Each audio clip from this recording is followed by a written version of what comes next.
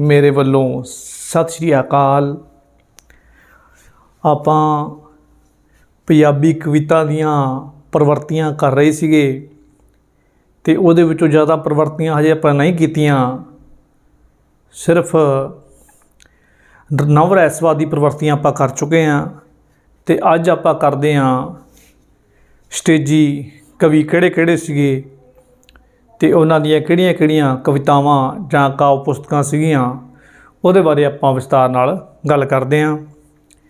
ਸਭ ਤੋਂ ਪਹਿਲਾਂ ਸਾਡੇ ਕੋਲੇ ਜਿਹੜੀ ਸਟੇਜੀ ਕਵਿਤਾ ਵਿੱਚ ਹੈ ਉਹ ਕਵੀ ਮੁਹੰਮਦ ਰਮਜ਼ਾਨ ਹਮਦਮ ਆਉਂਦਾ ਹੈ। ਤਾਂ ਉਸ ਤੋਂ ਪਹਿਲਾਂ ਥੋੜ੍ਹੀ ਜਿਹੀ ਆਪਾਂ ਸਟੇਜੀ ਕਵਿਤਾ ਬਾਰੇ ਝਾਤ ਮਾਰੀਏ ਵੀ ਇਹ ਕਦੋਂ ਸ਼ੁਰੂ ਹੋਈ। 20ਵੀਂ ਸਦੀ ਵਿੱਚ ਸਟੇਜੀ ਕਵੀਆਂ ਦੀ ਅਮੀਰ ਪਰੰਪਰਾ ਰਹੀ ਹੈ।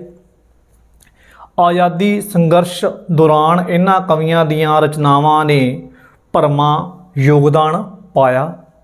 ਸਟੇਜੀ ਧਾਰਾ ਦੇ ਕਵੀਆਂ ਅਤੇ ਕਾਵਿ ਪੁਸਤਕਾਂ ਦਾ ਵੇਰਵਾ ਇੰਜ ਹੈ। ਤੁਸੀਂ ਜਦੋਂ ਨਵ ਰਹੱਸਵਾਦੀ ਕਰ ਦੋਗੇ ਉਹਦੇ ਵਿੱਚ ਜ਼ਰੂਰੀ ਨਹੀਂ ਗਾ ਵੀ ਜਿਹੜੇ ਕਵੀ ਤੁਹਾਨੂੰ ਮੈਂ ਸਾਰੇ ਲਿਖਾਏ ਆ ਤੁਸੀਂ ਸਾਰੇ ਉਹਦੇ ਵਿੱਚ ਐਗਜ਼ਾਮ 'ਚ ਜਾਂ ਪੇਪਰਾਂ 'ਚ ਪ੍ਰੀਖਿਆ ਵਿੱਚ ਕਰਨੇ ਆ। ਠੀਕ ਹੈ, ਤੁਸੀਂ ਜਿਹੜੇ ਤੁਹਾਨੂੰ ਯਾਦ ਆ ਜਾਂਦੇ ਆ ਕਵੀ, ਉਹਨਾਂ ਦਾ ਨਾਮ ਲਿਖ ਕੇ ਤੇ ਉਹਨਾਂ ਦੀਆਂ ਕਾਵਿ ਪੁਸਤਕਾਂ ਲਿਖ ਦੋਗੇ। ਸਭ ਤੋਂ ਪਹਿਲਾਂ ਸਾਡੇ ਕੋਲੇ ਕਵੀ ਆ ਜਾਂਦਾ ਹੈ ਮੁਹੰਮਦ ਰਮਜ਼ਾਨ ਹਮਦਮ। ਇਹਦੇ ਬਾਰੇ ਮੈਂ ਦੱਸ ਦੇਵਾਂ ਤੁਹਾਨੂੰ ਕਿ ਇਹ ਜਿਹੜਾ ਮੁਹੰਮਦ ਰਮਜ਼ਾਨ ਹਮਦਮ ਹੈ ਇਹ ਸਾਡੇ ਜਿਹੜੇ ਕਵੀ ਹੈ ਫਿਰੋਜ਼ਦੀਨ ਸ਼ਰਫ ਜਿਹੜਾ ਕਵੀ ਹੈ ਜਿਹਨੂੰ ਅਸੀਂ ਪੰਜਾਬ ਦੀ ਬੁਲਬੁਲ ਕਹਿੰਦੇ ਹਾਂ, ਉਹਦੇ ਬਾਰੇ ਵੀ ਆਪਾਂ ਗੱਲ ਕਰਾਂਗੇ ਅੱਗੇ।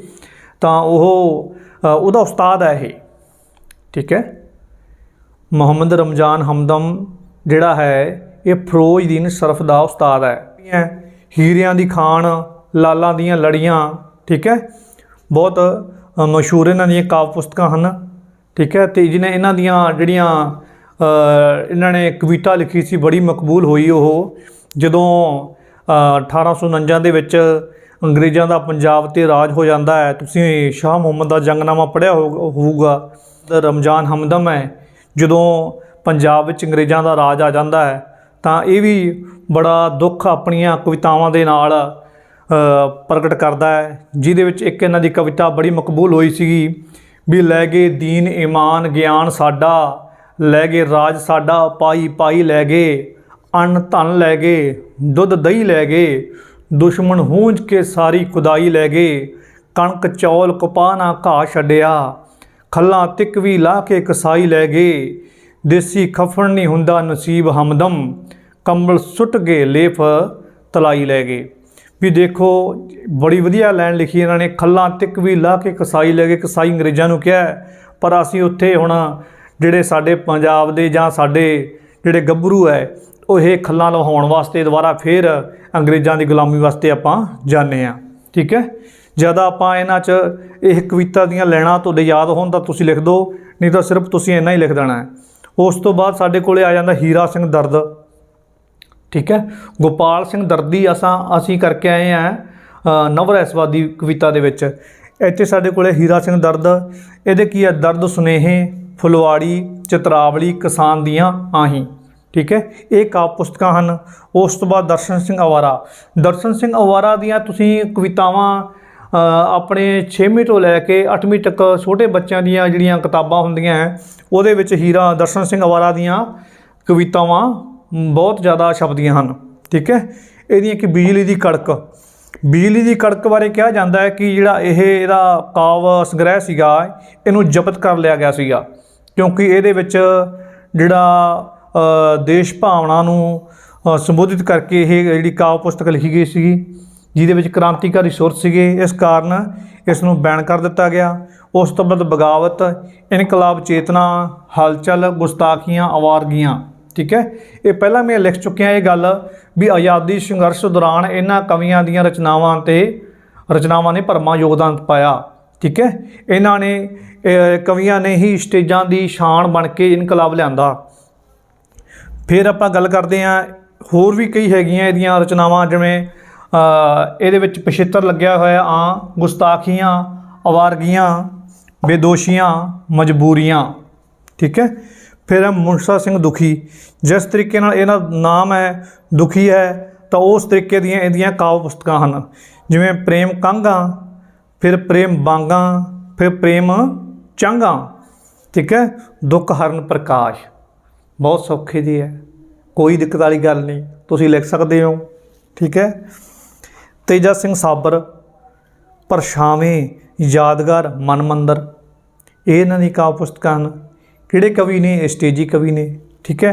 फिर गल करते हैं विधाता सिंह तीर दी, जिवें इहदा भी नाम तीर अगे लग्या होया है, उस तरीके दे इहदे जिहड़े काव्य संग्रह हैं, ठीक है।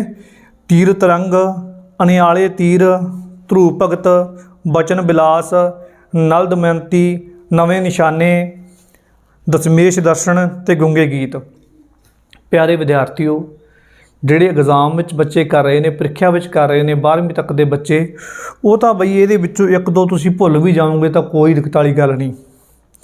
ਤੇ ਜਿਹੜੇ ਮੇਰੇ ਵੀਰ, ਮੇਰੀਆਂ ਭੈਣਾਂ, ਮੇਰੇ ਮਿੱਤਰ ਜਿਹੜੇ ਕਰਦੇ ਨਾ ਤਿਆਰੀ ਰੀਟ ਲੈਵਲ 2 ਦੀ ਤੇ ਜਾਂ ਸੈਕੰਡ ਗ੍ਰੇਡ ਪ੍ਰੀਖਿਆ ਪੰਜਾਬੀ, ਫਸਟ ਗ੍ਰੇਡ ਪ੍ਰੀਖਿਆ ਪੰਜਾਬੀ, ਤਾਂ ਉਹਨਾਂ ਵਾਸਤੇ ਇਹ ਵਿਛੋੜਾ ਸਹਿਣ ਨਹੀਂ ਹੋਣਾ। ਤੇ ਕਿਉਂਕਿ ਉਹਨਾਂ ਨੂੰ ਜ਼ਰੂਰੀ ਨਹੀਂ ਗਾ ਵੀ ਉਹਦੇ ਵਿੱਚੋਂ ਇੱਕ ਵੀ ਚੀਜ਼ ਅਸੀਂ ਜੇ ਭੁੱਲ ਜਾਂਦੇ ਹਾਂ ਤਾਂ ਸਾਡੇ ਵਾਸਤੇ ਜ਼ਿੰਦਗੀ ਦਾ ਸਵਾਲ ਹੋ ਜਾਂਦਾ ਹੈ, ਹੋ ਜਾਂਦਾ ਨਾ। ਇਸ ਲਈ ਸਾਨੂੰ ਇਹ ਚੀਜ਼ਾਂ, ਚਾਹੇ ਤੁਸੀਂ ਇਹਨੂੰ ਕਿਵੇਂ ਬਣਾ ਕੇ ਇਹਦਾ ਸੌਖਾ ਤਰੀਕਾ ਕੋਈ, ਮੈਨੂੰ ਨਹੀਂ ਲੱਗਦਾ ਸੌਖਾ ਤਰੀਕਾ ਕੋਈ ਹੋਊਗਾ। ਬਥੇਰੇ ਸਾਡੇ ਜਿਹੜੇ ਅੱਜ ਕੱਲ੍ਹ ਕਿਤਾਬਾਂ ਆਉਂਦੀਆਂ ਉਹਦੇ ਵਿੱਚ ਸਾਨੂੰ ਲਿਖਾਇਆ ਜਾਂਦਾ ਵੀ ਟ੍ਰਿਕ ਨਾਲ ਯਾਦ ਕਰੋ, ਵੀ ਪਹਿਲਾਂ ਤਾਂ ਟ੍ਰਿਕ ਕਰੋ ਯਾਦ, ਫਿਰ ਇਹਨਾਂ ਨੂੰ ਟ੍ਰਿਕ ਦੇ ਵਿੱਚ ਭਾਲੋ, ਇਹਨਾਂ ਨੂੰ ਸੈੱਟ ਕਰੋ, ਠੀਕ ਹੈ। ਉਹਦੇ ਨਾਲੋਂ ਚੰਗਾ ਤਾਂ ਤੁਸੀਂ ਇਹਦਾ ਰਿਵੀਜ਼ਨ ਕਰਦੇ ਰਹੋ ਤਾਂ ਸਾਡੇ ਯਾਦ ਹੋ ਜਾਣਗੀਆਂ, ਠੀਕ ਹੈ। तो हुण आपां गल करते हैं फिरोज़दीन शरफ बारे। हुण आपां स्टेजी कवियां की लड़ी विच गल करते हैं बई फिरोज़दीन शरफ दी, ठीक है।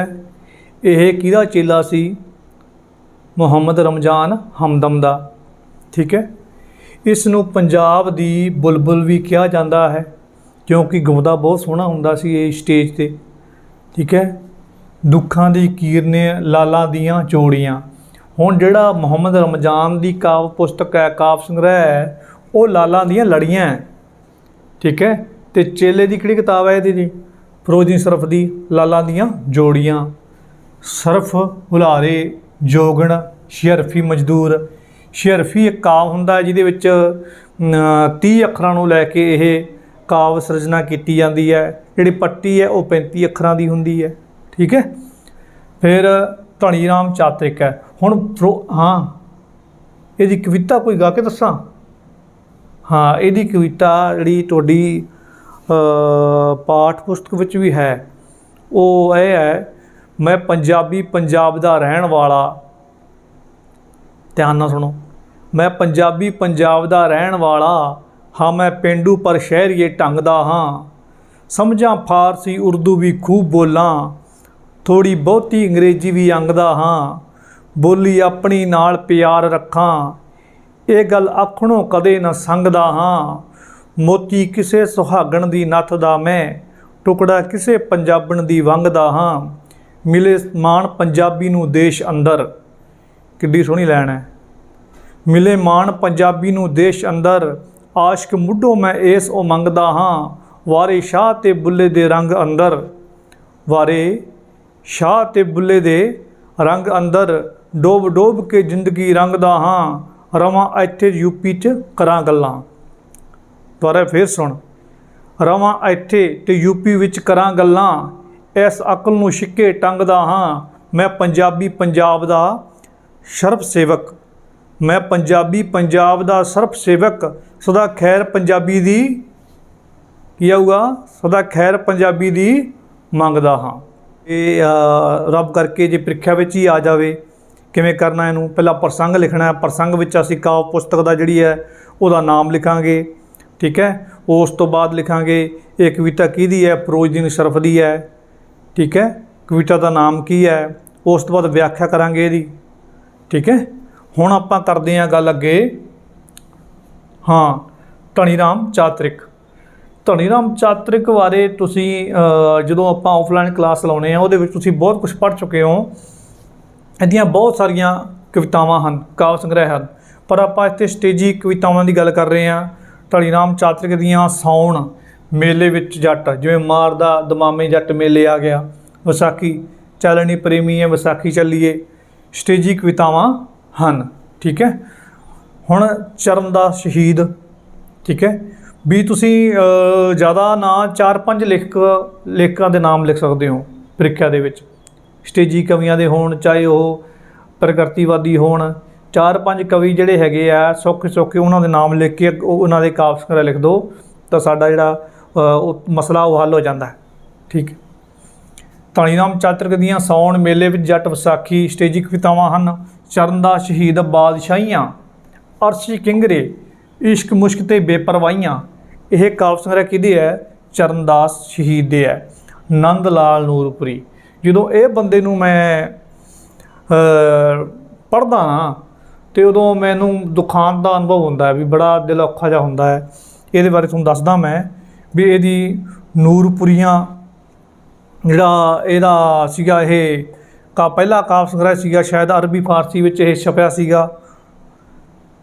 ਅਤੇ ਸੁਗਾਤ, ਵੰਗਾਂ, ਜਿਉਂਦਾ ਪੰਜਾਬ, ਚੰਗਿਆੜੇ, ਨੂਰਪੁਰੀ ਦੇ ਗੀਤ, ਠੀਕ ਹੈ, ਇਹ ਜਿਹੜੀਆਂ ਇਹਦੇ ਕਾਵਿ ਸੰਗ੍ਰਹਿ ਸੀਗੇ। ਹੁਣ ਨੰਦ ਲਾਲ ਨੂਰਪੁਰੀ ਹੈ, ਇਹਦੀਆਂ ਤੁਸੀਂ ਬਹੁਤ ਸਾਰੇ ਗੀਤ ਜਿਹੜੇ ਹੈ, ਸ਼ੌਂਕਣ ਮੇਲੇ ਦੀ ਇਹਦਾ ਹੀ ਗੀਤ ਸੀਗਾ, ਅਤੇ ਚੁੰਮ ਚੁੰਮ ਰੱਖੋ ਨੀ ਇਹ ਕਲੰਗੀ ਜੁਝਾਰ ਦੀ, ਕਿੱਥੇ ਮਾਤਾ ਤੋਰਿਆ ਅਜੀਤ ਦੇ ਜੁਝਾਰ ਨੂੰ, ਗੁਰੂ ਗੋਬਿੰਦ ਸਿੰਘ ਜੀ ਦੇ ਸਾਹਿਬਜ਼ਾਦਿਆਂ ਬਾਰੇ ਜਿਹੜਾ ਕਵਿਤਾ ਲਿਖਣ ਵਾਲਾ ਉਹ ਕੌਣ ਸੀਗਾ? ਨੰਦ ਲਾਲ ਨੂਰਪੁਰੀ ਸੀਗਾ। ਬੀਕਾਨੇਰ ਰਿਆਸਤ ਵਿੱਚ ਥਾਣੇਦਾਰ ਸੀਗਾ, ਅਤੇ ਜਦੋਂ ਅੰਤ ਇਹਦਾ ਹੋਇਆ ਬਹੁਤ ਮਾੜਾ ਹੋਇਆ ਕਿ ਆਰਥਿਕ ਤੰਗੀ ਕਰਕੇ ਇਹ ਖੂਹ ਵਿੱਚ ਛਾਲ ਮਾਰ ਕੇ ਇਹਨੇ ਆਤਮਦਾਹ ਕਰ ਲਿਆ ਆਪਣੀਆਂ ਮਜਬੂਰੀਆਂ ਕਾਰਨ। ਐਡਾ ਵੱਡਾ ਕਵੀ, ਇੰਨਾ ਕੁਛ ਲਿਖਿਆ ਇਹਨੇ, ਅਤੇ ਵੀ ਇਹਨਾਂ ਲਿਖਣ ਦੇ ਬਾਵਜੂਦ ਵੀ ਕਿਸੇ ਨੇ ਲਾਸਟ ਟਾਈਮ ਇਹਦੀ ਸਾਰ ਨਹੀਂ ਲਈ। ਇਸ ਲਈ ਕਹਿੰਦੇ ਆ ਨਾ ਵੀ ਸਾਨੂੰ ਵਧੀਆ ਤਰੀਕੇ ਨਾਲ ਚੱਲਣਾ ਚਾਹੀਦਾ ਹੈ ਕਿ ਸਾਡੀ ਲਾਸਟ ਵਿੱਚ ਸਾਨੂੰ ਆਪਣੀ ਪੂੰਜੀ ਨੂੰ ਸੰਭਾਲ ਕੇ ਰੱਖਣਾ ਚਾਹੀਦਾ ਹੈ ਕਿ ਸਾਨੂੰ ਬੁਢਾਪੇ ਵਿੱਚ ਕੰਮ ਆਵੇ। ਹੁਣ ਗੱਲ ਕਰਦੇ ਆਪਾਂ ਸ਼ਿਵ ਕੁਮਾਰ ਦੀ। ਪੀੜਾਂ ਦਾ ਪਰਾਗਾ, ਲਾਜਵੰਤੀ, ਆਟੇ ਦੀਆਂ ਚਿੜੀਆਂ, ਮੈਨੂੰ ਵਿਦਾ ਕਰੋ। ਇਹਦੇ ਵੱਲ ਤੁਹਾਨੂੰ ਪਹਿਲਾਂ ਵੀ ਪਿਛਲੀ ਵਾਰੀ ਦੱਸਿਆ ਸੀ ਮੈਂ ਵੀ ਇਹ ਬੰਦਾ ਜਿਹੜਾ ਹੈਗਾ, ਇਹ ਜਿਹੜੇ ਹੈਗੇ ਆ ਆਪਣੇ ਫਿਰੋਜ਼ਦੀਨ ਸ਼ਰਫ ਹੋਇਆ, ਅਤੇ ਨੰਦ ਲਾਲ ਨੂਰਪੁਰੀ ਹੈ, ਸ਼ਿਵ ਕੁਮਾਰ ਹੈ, ਅਤੇ ਇਹ ਤਾਂ ਗਾਉਂਦੇ ਸਟੇਜਾਂ ਦੀ ਸ਼ਾਨ ਹੁੰਦੇ ਸੀਗੇ। ਸੰਤ ਰਾਮ ਉਦਾਸੀ ਹੈ, ਇਹ ਐਮਰਜੈਂਸੀ ਵੇਲੇ ਬਹੁਤ ਵਧੀਆ ਗਾਉਂਦਾ ਹੁੰਦਾ ਸੀ ਵੀ ਸਟੇਜਾਂ ਉੱਤੇ ਇਹਨਾਂ ਨੇ ਗਾਉਣਾ। ਕਮਿਊਨਿਸਟ ਪਾਰਟੀ ਨਾਲ ਸੰਬੰਧਿਤ ਸੀ ਇਹ। ਮਾਏ ਨੀ ਮਾਏ ਮੇਰੇ ਗੀਤਾਂ ਦੇ ਨੈਣਾਂ ਵਿੱਚ ਬਿਰਹੋਂ ਦੀ ਰੜਕ ਪਵੇ ਮਾਰਿਆ। ਬਹੁਤ ਸਾਰੀਆਂ ਇਹਦੀਆਂ ਜਿਹੜੀਆਂ ਸ਼ਿਵ ਕੁਮਾਰ ਦੀਆਂ ਜਿਹੜੀਆਂ ਕਵਿਤਾਵਾਂ ਉਹ ਸਾਡੇ ਪੋਟਿਆਂ 'ਤੇ ਯਾਦ ਹੋ ਜਾਂਦੀਆਂ ਜਦੋਂ ਯਾਦ ਕਰਦੇ ਹਾਂ ਅਸੀਂ। ਠੀਕ ਹੈ, ਇਸ ਲਈ ਹੁਣ ਜਿਹੜਾ ਇਹਦਾ ਤੁਸੀਂ ਕਰਨਾ ਹੈ ਪ੍ਰੀਖਿਆ ਦੇ ਵਿੱਚ, ਜਿਹੜੇ ਜਮਾਤੀ ਬੱਚੇ ਨੇ ਸਕੂਲ ਵਿੱਚ ਪੜ੍ਹਦੇ ਨੇ ਉਹਨਾਂ ਨੇ ਲਿਖਣਾ, ਅਤੇ ਜਿਹੜੇ ਬਈ ਤਿਆਰੀ ਕਰਦੇ ਆ ਅਧਿਆਪਕ ਬਣਨ ਵਾਸਤੇ ਉਹਨਾਂ ਨੂੰ ਇਹ ਰੱਟਣੀਆਂ ਪੈਣਗੀਆਂ ਚੰਗੇ ਤਰੀਕੇ ਨਾਲ। ਜਿਹੜਾ ਪੇਪਰ ਦਾ ਸਤਰ ਹੈ ਹੁਣ ਪਤਾ ਕਿਵੇਂ ਆਉਂਦਾ ਹੈ? ਪੇਪਰ ਉਹ ਇੱਕ ਪਹਿਲਾ ਪੇਪਰ ਆਉਂਦਾ ਸੀਗਾ ਵੀ ਪੀੜਾਂ ਦਾ ਪਰਾਗਾ ਕਿਸ ਦੀ ਰਚਨਾ ਹੈ। 4 ਕਵੀਆਂ ਦੇ ਨਾਂ ਦੇ ਤੇ ਸਾਨੂੰ ਪਤਾ ਹੁੰਦਾ ਸ਼ਿਵ ਕੁਮਾਰ ਬਟਾਲਵੀ ਦਾ। ਠੀਕ ਹੈ, ਹੁਣ ਕਿਵੇਂ ਆਊਗਾ ਪੇਪਰ? ਹੁਣ ਉੱਥੇ ਸਾਨੂੰ ਇੱਕ ਤੁਕ ਦੇ ਦੇਣਗੇ, ਉਹ ਪੁੱਛ ਲੈਣਗੇ ਇਹ ਤੁਕ, ਸ਼ਾਇਦ ਸਾਨੂੰ ਇਹ ਵੀ ਪਤਾ ਵੀ ਤੁਕ ਕਿਹਦੀ ਹੈ, ਪਰ ਉਹ ਪੁੱਛਣਗੇ ਇਹ ਤੁਕ ਕਿਹੜੇ ਕਾਵਿ ਸੰਗ੍ਰਹਿ ਵਿੱਚੋਂ ਲਈ ਗਈ ਹੈ। ਸਾਨੂੰ ਦੱਸ ਦੇਣਗੇ ਉਹ ਇਹ ਤੁਕ ਸ਼ਿਵ ਕੁਮਾਰ ਬਟਾਲਵੀ ਦੀ ਕਵਿਤਾ ਹੈ, ਇਹ ਤੁਕ ਕਿਸ ਕਵਿਤਾ ਵਿੱਚੋਂ ਜਾਂ ਕਿਹੜੇ ਕਾਵਿ ਸੰਗ੍ਰਹਿ ਵਿੱਚੋਂ ਲਈ ਗਈ ਹੈ, ਇਹ ਪੁੱਛਣਗੇ। ਤਾਂ ਇਹ ਉਦੋਂ ਸਾਨੂੰ ਆਊਗਾ ਜਦੋਂ ਸਾਨੂੰ ਪਤਾ ਹੋਊਗਾ ਵੀ ਪੀੜਾਂ ਦਾ ਪਰਾਗਾ ਜਿਹੜਾ ਕਾਵਿ ਸੰਗ੍ਰਹਿ ਹੈ, ਆਟੇ ਦੀਆਂ ਚਿੜੀਆਂ ਕਾਵਿ ਸੰਗ੍ਰਹਿ ਹੈ, ਮੈਨੂੰ ਵਿਦਾ ਕਰੋ ਜਿਹੜਾ ਕਾਵਿ ਸੰਗ੍ਰਹਿ ਹੈ, ਇਹਦੇ ਵਿੱਚ ਕਿੰਨੀਆਂ ਕਵਿਤਾਵਾਂ ਹਨ, ਉਹ ਕਵਿਤਾ ਦੇ ਨਾਂ ਕਿਹੜੇ ਕਿਹੜੇ ਆ, ਅਤੇ ਫਿਰ ਆਪਣੀ ਗੱਲ ਬਣਨੀ ਹੈ। ਠੀਕ ਹੈ, ਉਸ ਤੋਂ ਬਾਅਦ ਸਟੇਜੀ ਕਵੀ ਜਿਹੜੇ ਹੋਏ ਈਸਰ ਸਿੰਘ ਭਾਈਆ, ਇਹਦੇ ਵਿੱਚ ਆ ਗਿਆ ਹਸਮੁਖ ਭਾਈਆ, ਭਾਈਆ ਤਿਲਕ ਗਿਆ, ਨਿਰਾਲਾ ਭਾਈਆ, ਇਸ ਤਰੀਕੇ ਨਾਲ ਇਹਦੀ ਕਾਵਿ ਸੰਗ੍ਰਹਿ ਹੈ। ਗੁਰਦੇਵ ਸਿੰਘ ਮਾਨ ਹੈ, ਇਹ ਸਾਰੇ ਕੀ ਹੈ ਸਟੇਜੀ ਕਵੀ ਨੇ। ਹੁਣ ਆਪਾਂ ਗੱਲ ਕਰਦੇ ਹਾਂ ਰੋਮਾਂਸਵਾਦੀ ਕਵੀਆਂ ਬਾਰੇ। ਆਪਾਂ ਪੜ੍ਹਿਆ ਨਵ ਰਹੱਸਵਾਦੀ ਬਾਰੇ, ਪੜ੍ਹਿਆ ਸਟੇਜੀ ਕਵੀਆਂ ਬਾਰੇ ਪੜ੍ਹਿਆ। ਹੁਣ ਆਪਾਂ ਕਰਦੇ ਹਾਂ ਤੀਜੇ ਨੰਬਰ 'ਤੇ ਰੋਮਾਂਸਵਾਦੀ ਕਾਵਿ ਪ੍ਰਵਰਤੀ ਵਾਲੇ ਕਵੀ ਕਿਹੜੇ ਕਿਹੜੇ ਹੈ ਅਤੇ ਉਹਨਾਂ ਦੀਆਂ ਰਚਨਾਵਾਂ ਕਿਹੜੀਆਂ ਕਿਹੜੀਆਂ ਹੈ। ਠੀਕ ਹੈ, ਇੱਕ ਰੋਮਾਂਸਵਾਦੀ ਕਾਵਿ ਪ੍ਰਵਰਤੀ ਹੁੰਦੀ ਕੀ ਹੈ? ਵਿਅਕਤੀਗਤ ਦ੍ਰਿਸ਼ਟੀਕੋਣ ਜਿਹਦੇ ਵਿੱਚ ਹੁੰਦਾ ਹੈ, ਕਲਪਨਾ ਦੀ ਉਡਾਰੀ, ਅਤੀਤ ਦਾ ਮੋਹ ਤੇ ਕਈ ਹੋਰ ਤੱਤ ਵੀ ਇਹਦੇ ਵਿੱਚ ਸ਼ਾਮਲ ਹੈਗੇ ਆ, ਜਿਵੇਂ ਸੰਸਕ੍ਰਿਤ ਦੇ ਬੰਧਨਾਂ ਦਾ ਵਿਰੋਧ, ਠੀਕ ਹੈ, ਆਦਿ ਰੋਮਾਂਸਵਾਦੀ ਕਵਿਤਾ ਦੇ ਮੁੱਖ ਲੱਛਣ ਹਨ। ਵੀ ਮੇਨ ਗੱਲ ਹੈ ਨਿਜਤਵ ਬਾਰੇ ਲਿਖਣਾ। ਉਸ ਤੋਂ ਬਾਅਦ ਜਿਹੜਾ ਸਭ ਤੋਂ ਪਹਿਲਾਂ ਸਾਡਾ ਰੋਮਾਂਸਵਾਦੀ ਕਵੀ ਜਿਹੜਾ ਹੈਗਾ ਉਹ ਪ੍ਰੋਫੈਸਰ ਪੂਰਨ ਸਿੰਘ ਹੈ।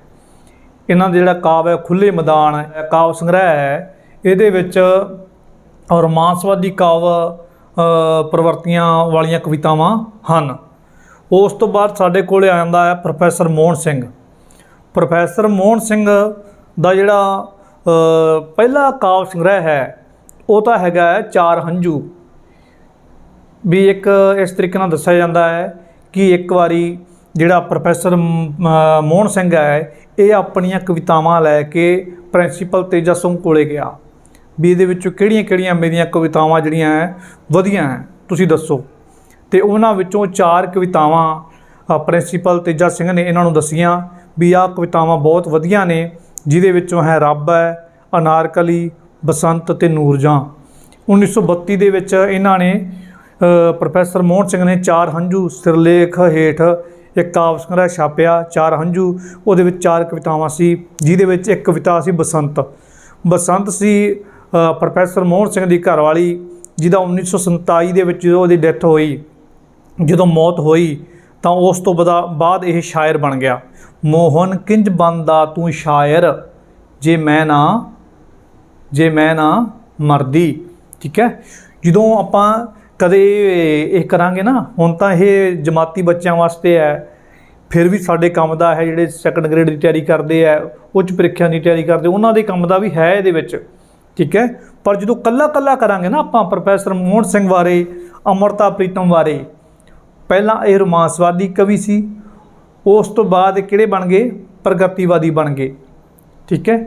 ਕਿਵੇਂ ਇਹ ਕਵਿਤਾਵਾਂ ਲਿਖਦੇ ਹੁੰਦੇ ਸੀਗੇ, ਲੋਕ ਉਡੀਕਦੇ ਹੁੰਦੇ ਸੀਗੇ। ਪ੍ਰੋਫੈਸਰ ਮੋਹਨ ਸਿੰਘ ਦੀ ਕਾਵਿ ਸੰਗ੍ਰਹਿ ਆ ਗਿਆ, ਉਸ ਤੋਂ ਬਾਅਦ ਅੰਮ੍ਰਿਤਾ ਪ੍ਰੀਤਮ ਦਾ ਕਾਵਿ ਸੰਗ੍ਰਹਿ ਆ ਗਿਆ, ਵੀ ਲਗਭਗ ਸੇਮ ਜਿਹੜੇ ਸਾਲਾਂ ਵਿੱਚ ਇਹ ਜਿਹੜੀ ਕਾਵਿ ਸੰਗ੍ਰਹਿ ਕਰਦੇ ਰਹੇ, ਕਵਿਤਾਵਾਂ ਲਿਖਦੇ ਰਹੇ। 1977 ਦੇ ਨੇੜੇ ਤੇੜੇ ਪ੍ਰੋਫੈਸਰ ਮੋਹਨ ਸਿੰਘ ਨੇ ਕਵਿਤਾਵਾਂ ਲਿਖੀਆਂ ਅਤੇ 1977-78 ਦੇ ਨੇੜੇ ਤੇੜੇ ਅੰਮ੍ਰਿਤਾ ਪ੍ਰੀਤਮ ਨੇ ਕਵਿਤਾਵਾਂ ਲਿਖੀਆਂ, ਠੀਕ ਹੈ। ਜਿਹੜੀਆਂ ਕਵਿਤਾਵਾਂ ਨੇ ਸਾਵੇਂ ਪੱਤਰ, ਇਹ 1936 ਵਿੱਚ ਮਕਬੂਲ ਕਾਵਿ ਸੰਗ੍ਰਹਿ ਹੋਇਆ, ਠੀਕ। ਕਸੁੰਬੜਾ, ਅਦਵਾਟੇ ਆਦਿ ਕਾਵਿ ਪੁਸਤਕਾਂ ਵਿੱਚ ਰੋਮਾਂਸਵਾਦੀ ਰੰਗ ਵਾਲੀ ਕਵਿਤਾ ਲਿਖੀ ਹੈ। ਹੁਣ ਕਿਹੜੀਆਂ ਕਵਿਤਾਵਾਂ ਨੇ ਜਿਹੜੀ ਰੋਮਾਂਸਵਾਦੀ ਪ੍ਰਵਰਤੀ ਦੀਆਂ ਹੈ, ਉਹ ਛੱਤੋ ਦੀ ਬੇਰੀ, ਕੁੜੀ ਪੋਠੋਹਾਰ ਦੀ। ਪੋਠੋਹਾਰ ਦਾ ਇਲਾਕਾ ਨਾ ਉਪਭਾਸ਼ਾ ਬੋਲੀ ਜਾਂਦੀ ਹੈ ਕੈਮਲਪੁਰ ਵਿੱਚ, ਪਾਕਿਸਤਾਨ ਦੇ ਵਿੱਚ, ਠੀਕ ਹੈ। ਹਵਾ ਦਾ ਜੀਵਨ, ਬਸੰਤ, ਨੂਰਜਹਾਂ, ਅਨਾਰਕਲੀ ਆਦਿ ਕਵਿਤਾਵਾਂ ਰੋਮਾਂਸਵਾਦੀ ਪ੍ਰਵਰਤੀ ਦੀਆਂ ਹਨ। ਉਸ ਤੋਂ ਬਾਅਦ ਅੰਮ੍ਰਿਤਾ ਪ੍ਰੀਤਮ, ਠੰਡੀਆਂ ਕਿਰਨਾਂ, ਅੰਮ੍ਰਿਤ ਲਹਿਰਾਂ, ਜਿਉਂਦਾ ਜੀਵਨ, ਤਰੇਲ ਧੋਤੇ ਫੁੱਲ, ਉਹ ਗੀਤਾਂ ਵਾਲਿਆ, ਬੱਦਲਾਂ ਦੇ ਪੱਲੇ ਵਿੱਚ, ਸਾਂਝ ਦੀ ਲਾਲੀ ਆਦਿ ਕਾਵਿ ਪੁਸਤਕਾਂ ਰੋਮਾਂਸਵਾਦੀ ਰੰਗ ਵਾਲੀਆਂ ਹਨ। ਵੀ ਜਦੋਂ ਕਈ ਵਾਰੀ ਪ੍ਰੀਖਿਆ ਵਿੱਚ ਆ ਜਾਂਦਾ ਹੈ ਰੋਮਾਂਸਵਾਦੀ ਪ੍ਰਕਿਰਤੀਵਾਦੀ ਕਵੀ ਕਿਹੜੇ ਹੈ, ਰੋਮਾਂਸਵਾਦੀ ਪ੍ਰਕਿਰਤੀਵਾਦੀ ਪ੍ਰਵਰਤੀ ਦੇ ਕਵੀ ਹਨ, ਠੀਕ ਹੈ। ਉਸ ਤੋਂ ਬਾਅਦ ਆ ਬਾਵਾ ਬਲਵੰਤ ਅਤੇ ਪ੍ਰੀਤਮ ਸਿੰਘ ਸਫੀਰ ਨੂੰ ਆਪਾਂ ਪ੍ਰਕਿਰਤੀਵਾਦੀ ਪ੍ਰਵਰਤੀ ਦੇ ਕਵੀ ਮੰਨਦੇ ਹਾਂ, ਨਿਰੋਲ ਪ੍ਰਕਿਰਤੀਵਾਦੀ। ਪਰ ਬਾਵਾ ਬਲਵੰਤ ਦੀ ਜਿਹੜੀ ਇੱਕ ਦੋ ਕਵਿਤਾਵਾਂ ਹਨ ਉਹ ਰੋਮਾਂਸਵਾਦੀ ਰੰਗ ਵਾਲੀਆਂ ਵੀ ਹੈ, ਜਿਵੇਂ ਉਸ ਦਾ ਹਾਰ ਟੁੱਟ ਜਾਇਆ ਕਰੇ, ਉਹ ਹੱਸਦੀ ਮੁਸਕਰਾਉਂਦੀ ਆਇਆ ਕਰੇ। ਇਸ ਤਰੀਕੇ ਨਾਲ ਕਵਿਤਾ ਹੈਗੀ ਹੈ, ਬਹੁਤ ਮਕਬੂਲ ਹੋਈ ਹੈ ਉਹ। ਤੇਰਾ ਇੱਕ ਦਿਲ ਹੈ ਜਾਂ ਦੋ, ਇਹ ਵੀ ਉੱਚ ਪੱਧਰ ਦੇ ਜਿਹੜੇ ਬੱਚੇ ਪੜ੍ਹਦੇ ਆ ਉਹਨਾਂ ਦੇ ਵਿੱਚ ਇਹ ਲੱਗੀਆਂ, ਕਾਵਿ ਸੰਗ੍ਰਹਿ ਲੱਗੇ ਆ, ਉਹਦੇ ਵਿੱਚ ਕਵਿਤਾਵਾਂ ਹੈ। ਉਸ ਦਾ ਹਾਰ ਅਤੇ ਤੇਰਾ ਇੱਕ ਦਿਲ ਹੈ ਜਾਂ ਦੋ, ਇਹ ਰੋਮਾਂਸਵਾਦੀ ਰੰਗ ਵਾਲੀਆਂ ਕਵਿਤਾਵਾਂ ਕਿਹਦੀਆਂ ਹਨ, ਬਾਵਾ ਬਲਵੰਤ ਦੀਆਂ ਹੈ। ਉਸ ਤੋਂ ਬਾਅਦ ਆ ਜਾਂਦਾ ਪ੍ਰੀਤਮ ਸਿੰਘ ਸਫੀਰ, ਧਨੀ ਰਾਮ ਚਾਤਰਿਕ, ਕਿਰਪਾ ਸਾਗਰ ਆਦਿ ਕਵੀਆਂ ਦੀਆਂ ਕੁਝ ਰਚਨਾਵਾਂ ਰੋਮਾਂਸਵਾਦੀ ਪ੍ਰਵਰਤੀ ਦੀਆਂ ਹਨ। ਹੁਣ ਆਪਣੇ ਕੋਲ ਇਹ ਰੋਮਾਂਸਵਾਦੀ ਪ੍ਰਵਰਤੀ ਦੇ ਕਵੀ ਹੋ ਗਏ ਹੈ। ਇਹਦੇ ਵਿੱਚੋਂ ਤੁਸੀਂ ਪ੍ਰੋਫੈਸਰ ਪੂਰਨ ਸਿੰਘ, ਮੋਹਨ ਸਿੰਘ, ਅੰਮ੍ਰਿਤਾ ਪ੍ਰੀਤਮ ਲਿਖ ਸਕਦੇ ਹੋ, ਤਾਂ ਸਾਡਾ ਜਿਹੜਾ ਪ੍ਰਸ਼ਨ ਹੈ ਉਹ ਹੱਲ ਹੋ ਜਾਊਗਾ। ਵੀ ਪ੍ਰਗਤੀਵਾਦੀ ਕਾਵਿ ਧਾਰਾ ਆਧੁਨਿਕ ਪੰਜਾਬੀ ਕਵਿਤਾ ਦੀ ਪਹਿਲੀ ਸੁਚੇਤ ਕਾਵਿ ਧਾਰਾ ਹੈ। 1936 ਵਿੱਚ ਪ੍ਰਗਤੀਸ਼ੀਲ ਸੰਘ ਦੀ ਸਥਾਪਨਾ ਨੇ ਇਸ ਧਾਰਾ ਨੂੰ ਪ੍ਰਫੁੱਲਿਤ ਕੀਤਾ। ਲੋਕ ਹਿੱਤਾਂ ਦੀ ਪੈਰਵੀ ਕਰਨਾ ਇਸ ਧਾਰਾ ਦਾ ਪ੍ਰਮੁੱਖ ਏਜੰਡਾ ਹੈ। ਇਸ ਧਾਰਾ ਦੇ ਪ੍ਰਮੁੱਖ ਕਵੀ ਇਸ ਪ੍ਰਕਾਰ ਹਨ। ਉਹ ਕਵੀਆਂ ਬਾਰੇ ਆਪਾਂ ਜਾਣਕਾਰੀ ਲਵਾਂਗੇ। ਜਿਹੜੀ ਪ੍ਰਗਤੀਵਾਦੀ ਕਾਵਿ ਧਾਰਾ ਹੈ ਇਹ ਰੋਮਾਂਸਵਾਦੀ ਕਾਵਿ ਧਾਰਾ ਦੇ ਵਿਰੋਧ ਵਜੋਂ ਪ੍ਰਗਟ ਹੁੰਦੀ ਹੈ। ਇਸ ਧਾਰਾ ਨੂੰ ਆਪਾਂ ਅਗਾਂਹਵਧੂ ਵਿਚਾਰਧਾਰਾ ਵੀ ਕਹਿ ਸਕਦੇ ਹਾਂ। ਇਹਦੇ ਵਿੱਚ ਕਵਿਤਾ ਕਰਨ ਵਾਲੇ ਜਿਹੜੇ ਮੋਢੀ ਕਵੀ ਹਨ ਉਹਨਾਂ ਵਿੱਚੋਂ ਆਪਾਂ ਨਾਮ ਲੈਂਦੇ ਹਾਂ ਪ੍ਰੋਫੈਸਰ ਮੋਹਨ ਸਿੰਘ ਅਤੇ ਅੰਮ੍ਰਿਤਾ ਪ੍ਰੀਤਮ ਦਾ। ਹੁਣ ਜਿਹੜੇ ਪ੍ਰੋਫੈਸਰ ਮੋਹਨ ਸਿੰਘ ਅਤੇ ਅੰਮ੍ਰਿਤਾ ਪ੍ਰੀਤਮ ਹੈ, ਸਭ ਤੋਂ ਪਹਿਲਾਂ ਇਹ ਰੋਮਾਂਸਵਾਦੀ ਕਵਿਤਾ ਦੀ ਸਿਰਜਣਾ ਕਰਦੇ ਹੈ। ਉਸ ਤੋਂ ਉਪਰੰਤ ਹੌਲੀ ਹੌਲੀ ਆਪਣੇ ਅੰਤਲੇ ਸਮੇਂ ਇਹ ਪ੍ਰਗਤੀਵਾਦੀ ਕਾਵਿ ਧਾਰਾ ਨਾਲ ਜੁੜ ਜਾਂਦੇ ਹੈ। ਇਸ ਲਈ ਇਹਨਾਂ ਨੂੰ ਆਪਾਂ ਰੋਮਾਂਸਵਾਦੀ ਪ੍ਰਗਤੀਵਾਦੀ ਕਵੀ ਵੀ ਆਖਦੇ ਹਾਂ। ਪ੍ਰਗਤੀਵਾਦੀ ਕਾਵਿ ਧਾਰਾ ਨਾਲ ਸੰਬੰਧਿਤ ਜਿਹੜੇ ਇਹਦੇ ਕਾਵਿ ਸੰਗ੍ਰਹਿ ਹਨ ਉਹ ਹੈ ਕੱਚ ਸੱਚ, ਵੱਡਾ ਵੇਲਾ, ਜੰਦਰੇ, ਜਮੀਰ, ਆਵਾਜ਼ਾਂ, ਬੂਹੇ। ਪੁਰਾਣੇ ਪ੍ਰੋਫੈਸਰ ਮੋਹਨ ਸਿੰਘ ਨੇ ਲਿਖਿਆ ਹੈ, ਦੋ ਟੋਟਿਆਂ ਵਿੱਚ ਭੌਂ ਟੁੱਟੀ, ਇੱਕ ਮਹਿਲਾਂ ਦਾ ਇੱਕ ਡੋਕਾਂ ਦਾ।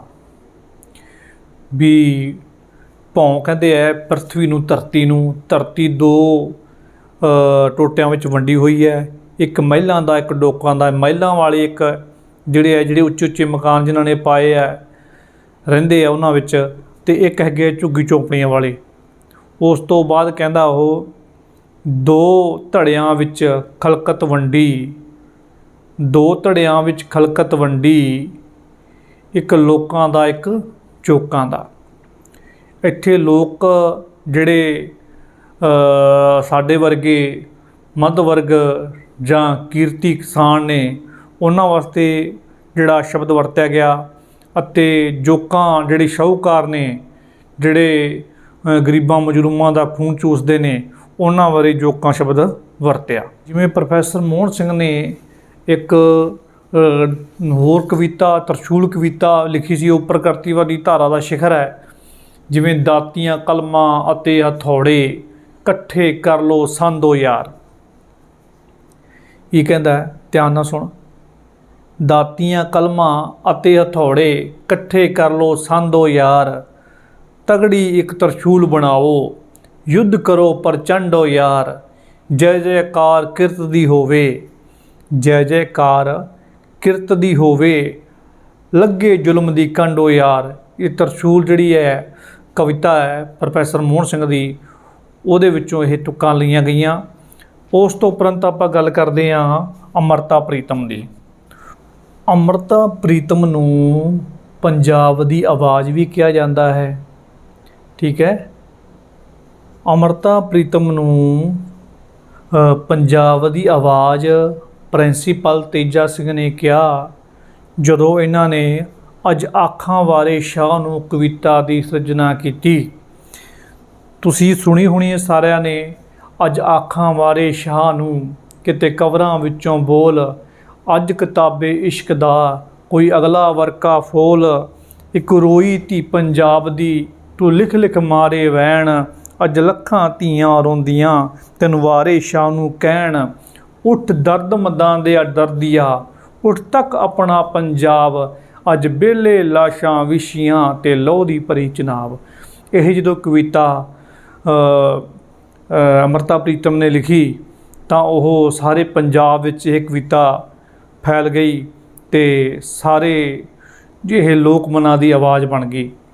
ਇਹਦੀਆਂ ਕਿਹੜੀਆਂ ਕਿਹੜੀਆਂ ਪ੍ਰਗਤੀਵਾਦੀ ਕਵਿਤਾ ਨੇ, ਜਿਵੇਂ ਲੰਮੀਆਂ ਵਾਟਾਂ, ਸਰਗੀ ਵੇਲਾ, ਅਸ਼ੋਕਾ ਚਿੱਤੀ, ਨਾਗਮਣੀ, ਤ੍ਰਿੰਜਣ। ਅਤੇ ਇੱਕ ਕਵਿਤਾ ਇਹਨੇ ਜਿਵੇਂ ਅੱਜ ਆਖਾਂ ਵਾਰੇ ਸ਼ਾਹ ਨੂੰ, ਉਸ ਤਰੀਕੇ ਦੀ ਹੀ ਕਵਿਤਾ ਤਵਾਰੀਖ ਲਿਖੀ ਸੀ, ਕਵਿਤਾ ਜਿਹੜੀ ਬੜੀ ਮਕਬੂਲ ਹੋਈ। ਉਹ ਵੀ ਕਵਿਤਾ ਉਹਦੇ ਵਿੱਚ ਇਹ ਕਹਿ ਰਹੀ ਹੈ, ਹਾਂ ਧਿਆਨ ਨਾਲ ਸੁਣ ਬਾਈ, ਉਹਦੇ ਵਿੱਚ ਇਹ ਕਹਿ ਰਹੀ ਹੈ, ਮੈਂ ਤੱਤੀ ਧੀ ਪੰਜਾਬ ਦੀ, ਮੈਂ ਤੱਤੀ ਧੀ ਪੰਜਾਬ ਦੀ, ਮੇਰੇ ਫੁੱਟੇ ਵੇਖ ਨਸੀਬ, ਮੈਂ ਤੱਤੀ ਧੀ ਪੰਜਾਬ ਦੀ, ਮੇਰੇ ਫੁੱਟੇ ਵੇਖ ਨਸੀਬ, ਕਿੱਕਣ ਦੱਸਾਂ ਬੋਲ ਕੇ, ਟੁੱਕੀ ਗਈ ਮੇਰੀ ਜੀਭ, ਨੂੜੇ ਹੋਏ ਮੇਰੇ ਹੱਥ ਵੇ, ਨੂੜੇ ਹੋਏ ਮੇਰੇ ਹੱਥ ਵੇ, जुड़े होए मेरे पैर, बहुत सोहनी कविता है। ਨੂੜੇ ਹੋਏ ਮੇਰੇ ਹੱਥ ਵੇ, ਜੁੜੇ ਹੋਏ ਮੇਰੇ ਪੈਰ, ਕਿਹਾਂ ਕੋ ਡਿੱਗਾ ਜ਼ੁਲਮ ਵੇ, ਕਿਉ ਕੋ ਡਿੱਠਾ ਕਹਿਰ, ਮੱਥੇ ਉੱਤੇ ਲੇਖ ਵੇ, ਸ਼ੁਕਣ ਕਾਲੇ ਨਾਗ, ਮੈਂ ਸੋਹਣੀ ਪੰਜ ਦਰਿਆ ਦੀ, ਵੇਖ ਤਤੀ ਦੇ ਭਾਗ। ਇਹ ਜਿਹੜੀ ਕਵਿਤਾ ਹੈ ਤਵਾਰੀਖ ਦੇ ਨਾਂ ਤੋਂ ਪ੍ਰਸਿੱਧ ਹੋਈ। ਤੇ ਹੁਣ ਆਪਾਂ ਗੱਲ ਕਰਦੇ ਹਾਂ, ਅਗਲਾ ਕਵੀ ਸਾਡੇ ਕੋਲ ਆਉਂਦਾ ਬਾਵਾ ਬਲਵੰਤ। ਜਿਹੜੇ ਇਹਦੇ ਕਾਵ ਸੰਗ੍ਰਹਿ ਹਨ ਉਹ ਹਨ ਅਮਰ ਗੀਤ, ਸੁਗੰਧ ਸਮੀਰ, ਜਵਾਲਾਮੁਖੀ, ਬੰਦਰਗਾਹ ਆਦਿ ਕਾਵ ਪੁਸਤਕਾਂ ਪ੍ਰਕਿਰਤੀਵਾਦੀ ਧਾਰਾ ਦੀ ਹਾਮੀ ਭਰਦੀਆਂ ਹਨ। ਬਾਵਾ ਬਲਵੰਤ ਦੀਆਂ ਬਹੁਤ ਸਾਰੀਆਂ ਜਿਹੜੀਆਂ ਕਵਿਤਾਵਾਂ ਬਹੁਤ ਹੀ ਮਕਬੂਲ ਹੋਈਆਂ। ਇਹ ਈਸ਼ਵਰ ਹੈ ਪਾਖੰਡ ਤੇ ਕੁਰਬਾਨੀਆਂ ਪਾਖੰਡ, ਹੈ ਆਦਮੀ ਦਾ ਅਸਲ ਵਿੱਚ ਆਦਮੀ ਹੀ ਦਾਰੂ। ਆਪਾਂ ਬਾਵਾ ਬਲਵੰਤ ਬਾਰੇ ਪੜ੍ਹ ਚੁੱਕੇ ਹਾਂ। ਬਾਵਾ ਬਲਵੰਤ ਜਿਹੜਾ ਹੈ ਇਹਨੇ ਜਿਹੜੀ ਕਾਵਿ ਸਿਰਜਣਾ ਕੀਤੀ ਹੈ, ਇਹਨੇ ਟਰਾਟਸਕੀ ਨੂੰ ਆਪਣੀ ਵਿਚਾਰਧਾਰਾ ਦਾ ਮੁਖੀ ਮੰਨਿਆ ਹੈ। ਹੋਰ ਜਿਹੜੇ ਜਿੰਨੇ ਵੀ ਕਵੀ ਹੈ ਉਹਨਾਂ ਸਾਰਿਆਂ ਨੇ ਜਾਂ ਤਾਂ ਲੈਨਿਨ ਨੂੰ ਮੰਨਿਆ ਜਾਂ ਸਟਾਲਿਨ ਦੀ ਵਿਚਾਰਧਾਰਾ ਨੂੰ ਮੰਨਿਆ। ਪ੍ਰਕਿਰਤੀਵਾਦੀ ਧਾਰਾ ਦੇ ਵਿੱਚ ਜਦੋਂ ਆਪਾਂ ਬਾਵਾ ਬਲਵੰਤ ਦੀ ਗੱਲ ਕਰਦੇ ਹਾਂ ਤੇ ਬਾਵਾ ਬਲਵੰਤ ਨੇ ਟਰਾਟਸਕੀ ਦੀ ਵਿਚਾਰਧਾਰਾ ਨੂੰ ਮੰਨਿਆ। ਟਰਾਟਸਕੀ ਦੇ ਆਧਾਰ 'ਤੇ ਉਹਨੇ ਇੱਕ ਕਵਿਤਾ ਵੀ ਲਿਖੀ ਹੈ। ਠੀਕ ਹੈ, ਹੁਣ ਆਪਾਂ ਗੱਲ ਕਰਦੇ ਹਾਂ ਪ੍ਰੀਤਮ ਸਿੰਘ ਸਫੀਰ ਦੀ। ਪ੍ਰੀਤਮ ਸਿੰਘ ਸਫੀਰ ਦੇ ਜਿਹੜੇ ਕਾਵ ਸੰਗ੍ਰਹਿ ਨੇ ਉਹ ਪ੍ਰਕਿਰਤੀਵਾਦੀ ਧਾਰਾ ਵਾਲੇ, ਉਹ ਕਤਕ ਪੁੰਜਾਂ ਅਤੇ ਰਕਤ ਬੂੰਦਾਂ ਹੈ। ਇਹਦੀ ਇੱਕ ਮਸ਼ਹੂਰ ਜਿਹੜੀ ਕਵਿਤਾ ਹੋਈ ਹੈ ਉਹ ਹੈ, ਮੈਂ ਕਿਸ ਪਾਸੇ ਵੱਲ ਜਾਵਾਂ, ਇੱਕ ਪਾਸੇ ਚਾਨਣ ਰੱਬ ਦਾ, ਮਰ ਮਰ ਕੇ ਜੋ ਲੱਭਦਾ, ਰਹਿਮਤ ਦੀਆਂ ਠੰਡੀਆਂ ਛਾਵਾਂ, ਦੂਜੇ ਪਾਸੇ ਸਰਕਾਰਾਂ, ਹੁਸਨਾਂ ਦੀ ਮਿਲੇ ਹਕੂਮਤ, ਦੌਲਤ ਦੀਆਂ ਪ੍ਰੀਤ ਬਹਾਰਾਂ, ਕਿਹੜਾ ਦੋਨਾਂ ਵਿੱਚੋਂ ਨਿੱਘਰ ਤੇ ਕਿਹੜਾ ਹੈ ਪਰਛਾਵਾਂ, ਮੈਂ ਕਿਸ ਪਾਸੇ ਵੱਲ ਜਾਵਾਂ। ਬੜੀ ਹੀ ਮਕਬੂਲ ਕਵਿਤਾ ਇਹ ਪ੍ਰਕਿਰਤੀਵਾਦੀ ਧਾਰਾ ਦੇ ਸੰਬੰਧਿਤ ਜਿਹੜੀ ਕਵਿਤਾ ਹੈ ਉਹ ਪ੍ਰੀਤਮ ਸਿੰਘ ਸਫੀਰ ਦੀ। ਤੇ ਉਸ ਤੋਂ ਬਾਅਦ ਗੱਲ ਕਰਦੇ ਹਾਂ ਆਪਾਂ ਸੰਤੋਖ ਸਿੰਘ ਧੀਰ ਦੀ।